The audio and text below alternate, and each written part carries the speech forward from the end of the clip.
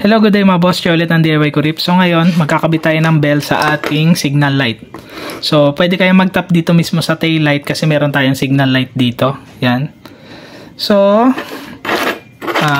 kung napanood nyo yung previous video ko, alam nyo na kung para saan yung mga wire nito. Etong green is para sa negative. Etong dalawang yellow-orange, ayan, dalawa yan. Isa sa left signal, isa sa right signal. So, ang pwede nyo gawin ngayon dyan, ituro ko na lang din sa inyo yung color codes nitong sa ating taillight. Yan. So ito, yan nandito sa ganitong klase na socket. Yan. Isang yellow, isang green. So ito is para sa signal. Yan. Left and right signal yan. So ito, yung itong dalawang to, pwede nyo nang itap sa wire dito. Yan. Tapos yung negative naman, ito, kailangan nyo to sa negative. So, asan ba yung negative dito? Dito nyo kukuhain yung negative. Yan. So, ang negative dito is yung black. Yan. Etong red kasi, para to sa brake light. Etong blue, para sa park light. Yan. So, ito, pwede nyo na itong directly tap dito sa mga wire na nandito. Tapos, hanapan nyo na lang to ng pwesto. Ako, naisip ko sa kanya, dito ko siya ilalagay. Yan. Nakaganyan. Pero, hindi ko siya directly itatap dito.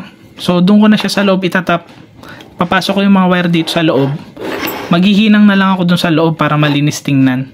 At the same time, ito kasi babawasan ko. Sobrang haba kasi. Yan.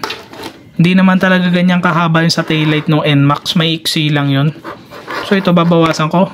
Nasobrahan kasi sa haba. So, ang gagawin ko, anin ko naman na to, no? Ididikit ko na muna to dito. Tapos, bubuksan ko na to. So, kung kayo, naka-aftermarket din kayo na taillight yan, kagaya nung sa akin, kailangan nyo tanggalin yung 4 na tornilyo nyan. Isa, dalawa, to, 3, 4. Para matanggal nyo to, makita nyo yung mga board sa loob. So, doon nyo na lang din itap yung wire neto. Pasok nyo dito sa mga butas dito. Yan. So, gagawin ko na muna yung sa akin, no? Tapos, papakita ko na lang sa inyo mamaya.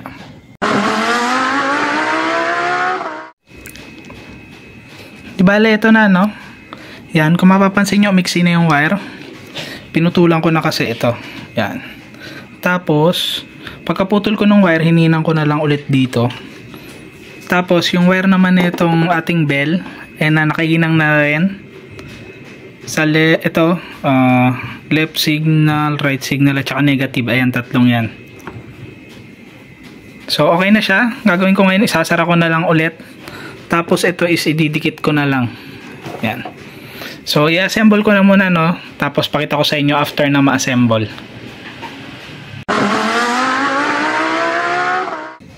Di bale, ito na yung finished product natin, no? Yung bell nandito, yung mga wire mas umikse. Yan.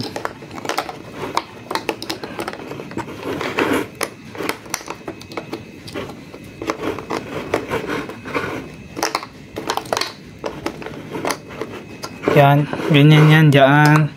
Tapos ito dito sa ibabaw. Yan. Ganun yan, ano. So, testing natin kung gumagana ba. Ayan. Ito, supplyan natin ng positive, negative.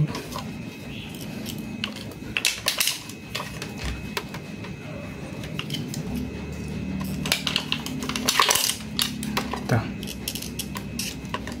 Yun, no?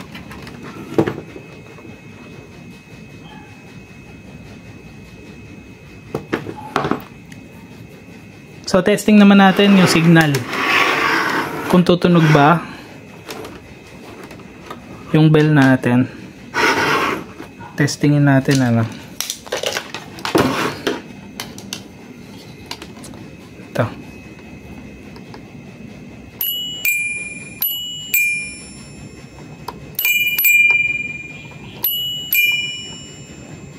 Yan. So, kaso nga lang, hindi ko mapakita sa inyo yung signal light. Testing pa ulit natin.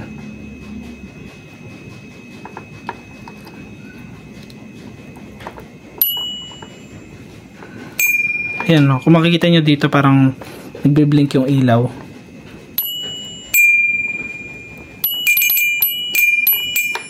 Yan.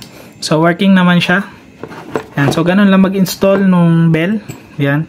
So, hindi nyo kailangan gayahin yung ginawa ko, no, na nilinis ko pa siya lahat.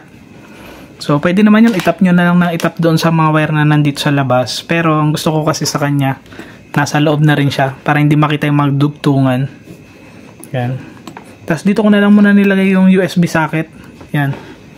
So, tapusin na natin tong video na to, no. Ingat kayong lahat. Ride safe. God bless.